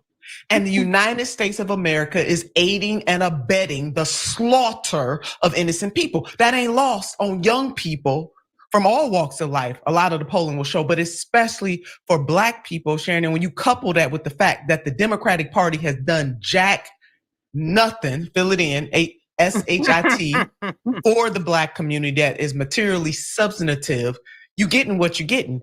And the fact that Trump is holding at his 12%, let us not forget that in 2016, he enjoyed 8% of the Black vote. If we go back even further, when Romney was running the election cycle before, Romney gained 6%. Trump gained 8%. And now the prediction is that Trump in this 2024 election cycle is going up 12%, while President Biden is losing support. And the nail on the coffin here is in that same article, 60% of the population, like the larger population, Sharon Reed, the larger population, not just Black people, said they opened to third parties. So don't blame Dr. Cornel West. Don't blame our 60% are now open to third parties, according to this article that Nina Turner is reading from. But this is just, I wouldn't call it breaking because it's a poll, but it is a significant news that RFK Jr. is polling at 28% in battleground states with Black people. 28%. That's coming from somewhere. And 60% of all people are open to third parties. I thought that number was smaller, but it seems like it's getting larger and larger. Just like the share of the Black vote, the Republican Party is getting this larger and larger. So yeah, I think that's enough though with the Nina Turner video. Just wanted to get the reaction or her reaction in this segment. Now we're going to solutions. That was a breaking story I inserted, and I wanted to make sure I got that. But now let's get to solutions. And this first video we're going to be talking about when we're talking about solutions, it is The View. What did I title it? Hang on a second here. Oh, no, these will be some interesting pictures I'm going to show you there in a second. But I don't want to show you all of that quite yet. Oh, yeah, The View is this one. It's Kamala. It's labeled Kamala. All right, so Kamala Harris goes on The View. And anytime, you know it's going to be funny. Let me say it this way. You know a segment is going to be drop dead funny if I started with these two words, Kamala Harris. And I'm starting with these two words, Kamala Harris, and that is Kamala Harris is scared of what's going to happen. So she's speaking in terms in the same way that Barack Obama and Michelle Obama, which I covered last week, they're concerned about these numbers from younger voters, about the Democratic coalition not coalescing, about what's happening with the Black vote, the youth Black vote in particular. So she goes on The View, and Joy Beyhart makes news for other reasons, but which we'll cover in a different segment. We're not covering Joy Beyhart for that reason. But let's listen to Pamela. I was going to say Pamela, but it's Kamala Harris on The View. Let's listen. Let's talk a little bit about how you're going to go after the other side, because some heavy-hitting Democrats are sounding the alarm behind closed doors. President Obama reportedly has said that he thinks the Biden campaign is too complacent when it comes to Trump. Representative Jim Clyburn has said the campaign isn't breaking through the MAGA wall. Michelle Obama says she's terrified, as we are, about the potential outcome of the election. Now, are you scared, first of all, what could happen if Trump ever became, God forbid, president again? And what are you going to do to stop the crazies? What are you going to do to stop the crazies? That is Joy Beyhart. And the other question, what are you guys going to do? to get elected, pretty much. But let's now get her answer to that question. I am scared as heck. Yeah. Which is why I'm traveling our country. You know, there's an old saying that there are only two ways to run for office, either without an opponent or scared. So on all of those points, yes, we should all be scared. Yeah. But as we know, and certainly this is a table of very powerful women, we don't run away from something when we're scared. We fight back against it. That's right. Oh, wow. Okay. We do. Punky, So, like right? Punky Yeah. Brewster. So many of us know when we are scared for the future of our children, do we then stay in bed with the covers over our head? Nope. No. We can't. We can't. Cannot. We cannot. Yeah. And this is where this election. Hold on. She said these are very powerful women. Who's on this? Whoopi Goldberg, trash. I forget her name, but this Latin Republican, trash. The one in the red, the sellout to Donald Trump, or he considers a sellout, trash. Joy Beyhart, trash. I don't know who this is, and I can't even make out who these other two are. So, no, that's a negative to that, Kamala. Cannot. And this is where this election requires brightly that President Biden and I and all of us who are part of this administration, we got to earn re-election. There is no question. We got to be on the road. Listen, in the last 2 weeks, I've been to Georgia, I've been to Nevada, I've been to North Carolina, I've been to South Carolina twice in the first 2 weeks of this year. I will be out on the road. We have to earn the re-elect, and we have to communicate what we have achieved. Yes. And that is going to be one of our big challenges. We've done a lot of good work. We need to let people. You know what communicate what they have achieved is that we're going to demand you give us credit for these crumbs, sir and ma'am and person and people. That's what that means. Forget that you're telling me that you are struggling. The GDP is up, man. So the messaging is never we need to come with more, give them more. It's always what we've already given them, which is crumbs. We just need to tell them and describe it in a different way as to get credit. People know who brung it to them. Just terrible. Hang on a second. I got a message. I need to make sure this is not about. Okay. Make sure it's not about anything that I'm streaming, like there's an issue, because that's usually when I get text. All right, so you hear Let's talk what a little bit about how you're going to. She didn't really answer like how she was going to handle the crazies. And that's the same one. I'm looking for this next one.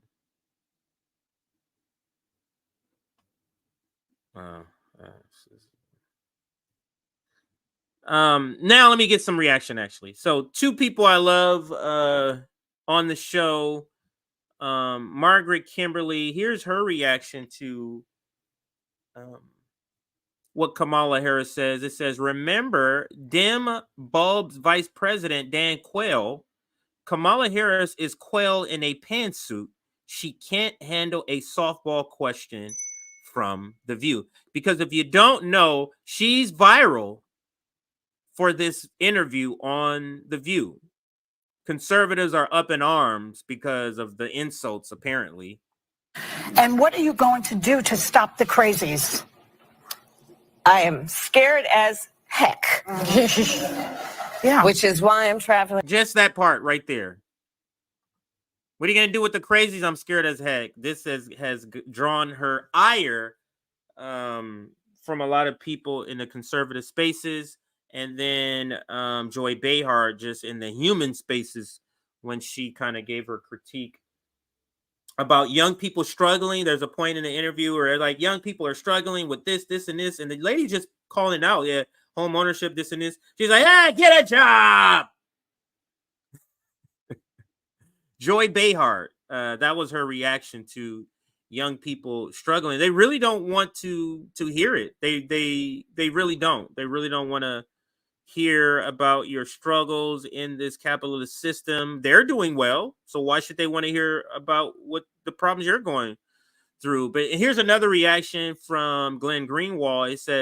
He says, what an incredible, inspiring message delivered with such panache, passion, and power.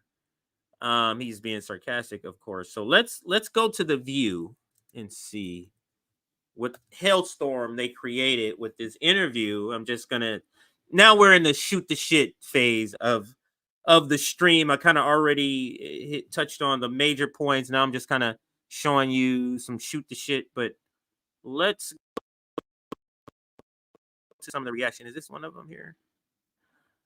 Kylie. Oh, so let's just watch it. Let's watch it here. So somebody clipped Fox News reaction to Kamala Harris's interview on The View. So let's watch. That have banned access to reproductive freedom, to abortion. They're concerned that if their daughter is going to college, will she go to a state where she will have access to the health care she might need, including reproductive health? If she chooses, she will talk with her priest, her pastor, her rabbi, her imam, but it should not be the government telling her what to do. We are not asking anyone to abandon their personal beliefs. Right.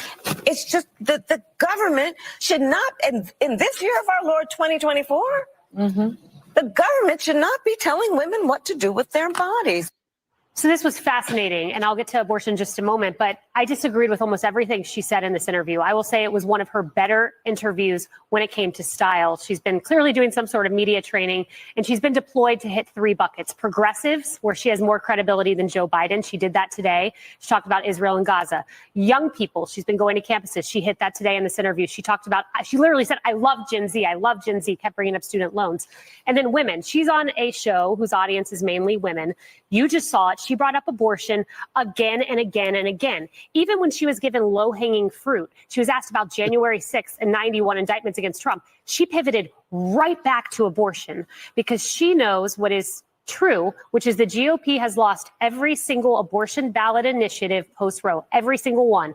Ohio, Kansas, not only that, record turnout. Vox, more Kansas voted on abortion referendum than in any primary election in Kansas history. New York Times, twice as many people voted on Ohio measure that cast ballots in primaries for governor, Senate, and House. She knows abortion ballot initiatives will be on 10 states at least and swing states. So she wants to drive young women to the polls. This is why I've implored the GOP, as someone who is pro-life myself and adamantly so, speak from a place of compassion, which I've been watching Governor Ron DeSantis. He talks about hearing his daughter.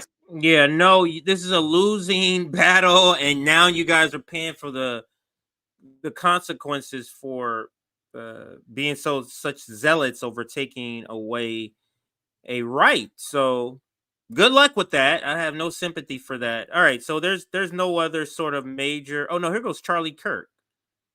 Charlie Kirk says Kamala Harris on The View. I'm scared as heck. She should be.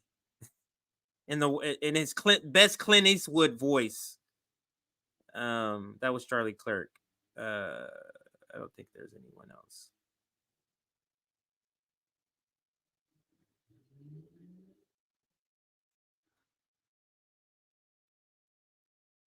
Oh man, there's no way I could watch the View. I was just reading what she said there, and yeah, there's no way I can watch The View. All right, so I think we're gonna come to the end of the stream. Everybody, try to keep these at a certain time frame. Just kind of shot the shit for the last couple of minutes. I'm gonna toss up comments. I'm gonna toss up super chats. But first, I just kind of want to scroll down my feed on Twitter and see if there's any breaking news. Is there any sort of breaking stories, even updates to the story in the segments that I had? I want to start doing this each time. And we are at 306 likes. If we can get another 100 before the stream is over, hit that like button. Be a friend, be a comrade, and hit that like button on this last few minutes. We have plenty of people who have not hit that like button that's currently watching. So we can easily get to the goal of 400. but 400 is the goal. Let's look and see what people are tweeting about. Let's go through the feed. So where is that? That's Lee Camp. Lee Camp is live. Israel spokeswoman says the most insane thing. So that's what Lee Camp is talking about. Let's check in with Lee Camp just a few seconds here and hear what he's saying here. Bad to happen to them, but they have had a child who refused to be in the military in Israel. And anyway, that person offered to closed caption to translate some Israeli broadcast propaganda to show you. That's Lee Camp show live right now. Happy 93rd birthday to James Earl Jones. I don't know about that. That's a brag. Bourgeoisie. This says, this is Aaron Mate. According to anonymous White House officials, Blinken told Netanyahu that ultimately there is no military solution to Hamas. If Blinken really believes that, why is his administration supporting Netanyahu's ongoing final solution in Gaza? This one here from Glenn Greenwald. Anyone claiming Israel attempted to use force in a targeted or discriminating manner with an attempt to protect civilian life is either lying or has been severely deceived. And as he quote tweeting a video right here, it says, "This is why the IEF is killing any journalist that flies a drone over Gaza. They don't want the world to witness the sheer scale, and this shows the sheer scale of carnage. Look at this, because we only see sections of what's happening in Gaza. Look at this drone view.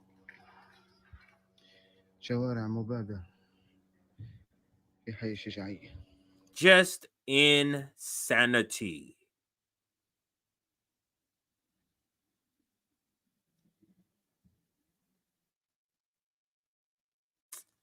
Yeah. All right. So there you go. Let's continue with the feed. Here is Case Study QB. Dismantles the double doubting of Hamas collected data. So somebody challenged the Hamas data. That's okay. So that's Case Study. Sabby saying, Kamala Harris, stop pretending like you care about the Palestinian people. The Biden administration is actively funding and supporting a genocide. Let me listen to this. This is I think this is the video of Joy Beyhart saying some crazy stuff, but maybe or maybe not. Let's listen to what Sabby is talking about here. Many say that one of your many strengths as a surrogate is your connection to young people. I believe that to be true. Now, voters between 18 and 29 years old stand out as disapproving of the way the Biden administration is handling the Israel-Hamas war. They do not support sending weapons and money to Israel. They are advocating for a humanitarian ceasefire. How does the administration respond to the concerns of this very important part of the Democratic voter base?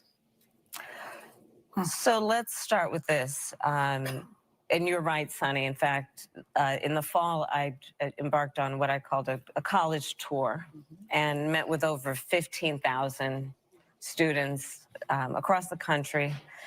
I just have to say I love Gen Z, by the way. I think it's a spectacular generation. But all of that to say, you're absolutely right. I have talked with young people, many around the country, and I've heard them, I see them, and I understand. I understand. But I think it's important that while we... Now, what did I say, Roman and I just say a couple of days ago about the word but? And if you didn't see it, actually the clip dropped yesterday. We didn't say this yesterday. The clip dropped yesterday, and it's Sam Cedar video, and it says, I love big butts and I cannot lie, but butts spelled with one T. Everything before a but means nothing. Everything after the but is what the speaker thinks is most important. So everything she said before the but is just nonsense pandering. Okay? I'll rewind it slightly and then we'll finish off the video. I've heard them, I see them, and I understand. I understand. But I think it's important that while we understand where they're coming from, which I do, that we not lose sight of the context, which is, let's just go back to October 7th. We can't deny the significance of a vicious, brutal attack that caused the death of 1,200 innocent people, a lot of them young people who are just attending a concert. Yeah. Women who were brutally assaulted and raped. And So her remedy is to say, we understand you, but to go back to the same propaganda talking lines that all of the cable news outlets have been saying.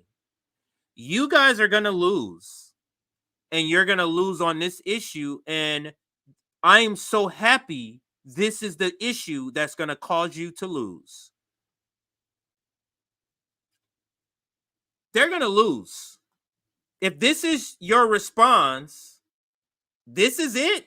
Let's not lose sight of 1,200 people dying. Let's just go with that number.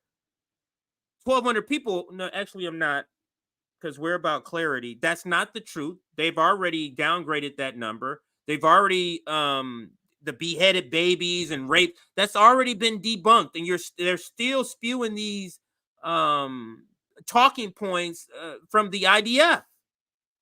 again, as someone who spent a lot of my career focused on those kinds of crimes, the horror of it. Oh my God. And all of that to also then say Israel has a right to defend itself. We would. So what is the point of this? So young person says, hey, we don't want to vote because of Joe Biden. All you do is regurgitate the same exact stuff. October 7th, they have the right to defend itself. Okay. So I don't understand. Okay, so you're accepting that that young people are not going to be voting for you. That's what you're saying? Because that's not a good enough response to the concern. You haven't addressed the concern. Addressing the concern means mitigating, doing things to mitigate the concern. That's what you do. Where's the mitigation? And how it does matters. There have been far too many innocent Palestinians that have been killed. The president and I and many members of our administration have been very clear. I've been on over, I think, 14, 15 calls that the president has had. 14, 15 calls. You've been very clear with the state of Israel and Netanyahu, yet they've hit 30,000 dead people. So what are we to take from that? You're not effective. Why are we going to elect you and you can't be effective with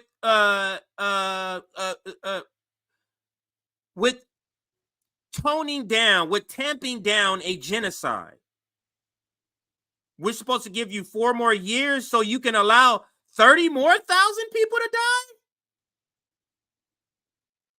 That's what we're supposed to do?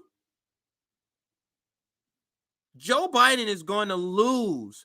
Donald Trump has the same policy beliefs, but you're the one who's in the driver's seat, pulling the trigger, killing all these people right now. That's one thing Trump has on you. He has the same policies, but he ain't the one executing it right now. That's your problem. And I think that's enough here. I don't want to scroll through more, and then I'll find more video I want to comment on, and I'll just make this stream a lot longer. So I think I will leave it there. I do want to end on the tweet that has gone completely viral. I probably gained like 300 followers from this. I'm going to end with the same video I started with, and that is it's at 1.8 million views now, and it's approaching 4,000 likes. Where was it? I'm sorry, it's approaching 19. It's hit 19,000 likes. I'm sorry, 4,000 bookmarks. I forgot this is the new. 4,000 bookmarks, 19,000 likes, approaching 20,000. Just incredible, but it tells you the hunger for truth, the hunger for knowledge, because this video is about clarifying. It's about truth. So I'm going to end with this video, but before I do that, let's read some super chats. So let's go to super chats here. Let's start from the beginning. And we're going to shout out the members first. So we had several people join and become new YouTube members, part of our YouTube family. So let's thank those new members. This is Kenneth Locke, which we shouted out earlier. Mastermind Hour member for 6 months. So he bought a 6-month membership. So if you didn't want to pay monthly, you can buy it in bulks too. And Mastermind Hour says Israel is spelled A before E, except after 2 C's, which I'm sure I spelled Israel wrong a few times. So I'm sure you're talking about me. But I've seen you put a tweet similar to that before. I'm not a tweet, but a super chat. Thank you for that. This next one from Sean Brock. Thank you for this super chat. Criticize, but never delegitimize counter-revolution. That is absolutely spot on. You're talking about when Charlamagne the God, when I was saying that new lane that everybody does, and that's the cosplaying lane, where you're cosplaying the left, you're going to critique all the same critiques, same language, same sort of vernacular. But then you got the trap door back to the Democratic Party. That's the difference. This one here is new member Manuel Rivera. Brand new member Manuel Rivera. Welcome, sir. Welcome to the RBN community on YouTube. And let's go to the next one. Where is the next one?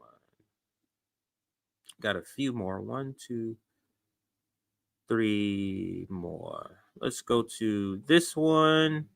Actually, this one here, because it's blank. It's just, I guess we can call this a super sticker. Michael Schmidt. Thank you for the 1999 super chat, or super sticker if it doesn't have words. And then this one here from Ava Session 7. Appreciate ya, CJ, and I absolutely appreciate all of you, especially all of you who hit that like button and help us break through the algorithm that we're up against every single day. Also, if you go to our website and click on RBN merch, you can check out our merchandise store.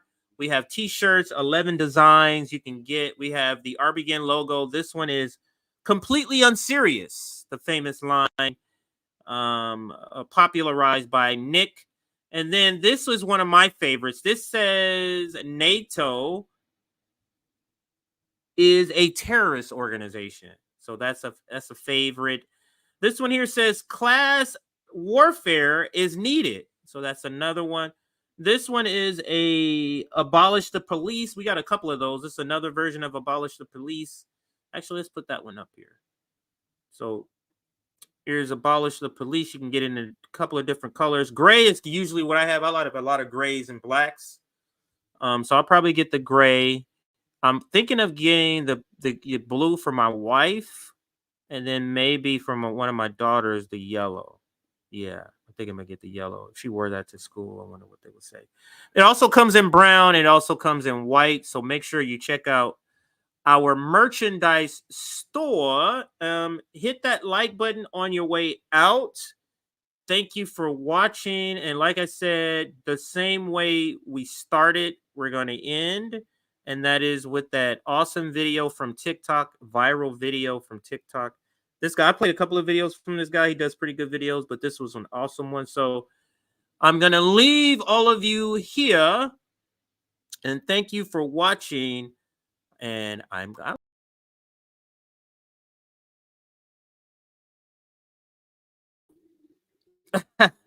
I took the video out of the thing. Sorry, instead of hitting play.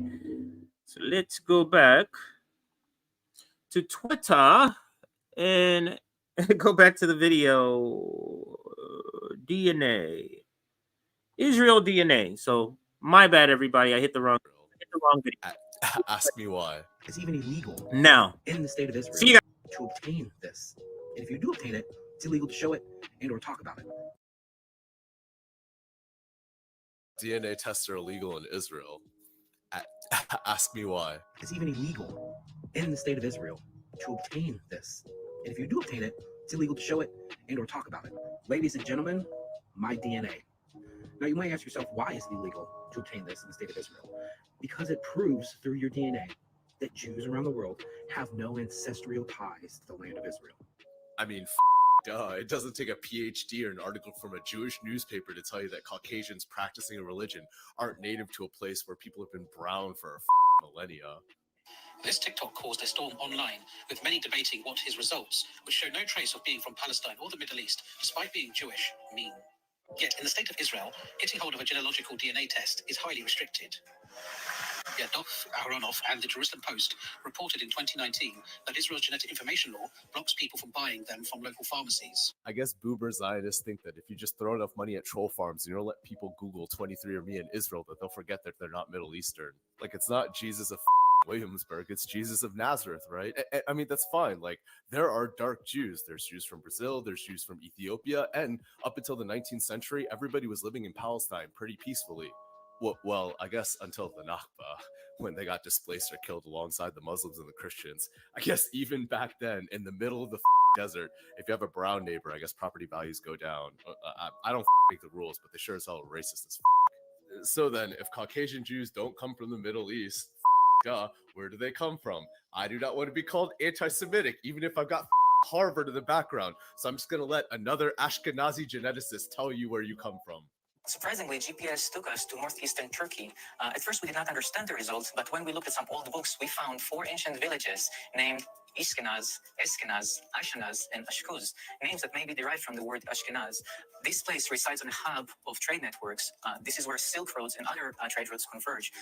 That's Aaron Hayek. He's a Jewish geneticist from Johns Hopkins who wanted to figure out where Caucasian Jews come from because, like map out genome, get ahead of diseases. His contact in Israel is Dr. Aurelia Oppenheim. She's a geneticist in the University of Jerusalem, and she runs the anti-aging department. And for a while, the government called both of these two Nazis. Would you like to know why? Because they both figured out where Caucasian Jews come from. Wink, wink. They're 40% Turkish, and newsflash, 40% Mongolian. As if the lactose intolerance didn't give it away. Like, hold on. Do you understand what this means? Like, okay, sure. Like, you don't have any ancestral tie to Israel, but like you don't have yellow fever. You're just dating your own race. Like real talk. What do you see in this picture? Like, is it a pierogi or is it a dumpling? Like, you say gefilte fish, I just see fish balls without the soup. Like, brother!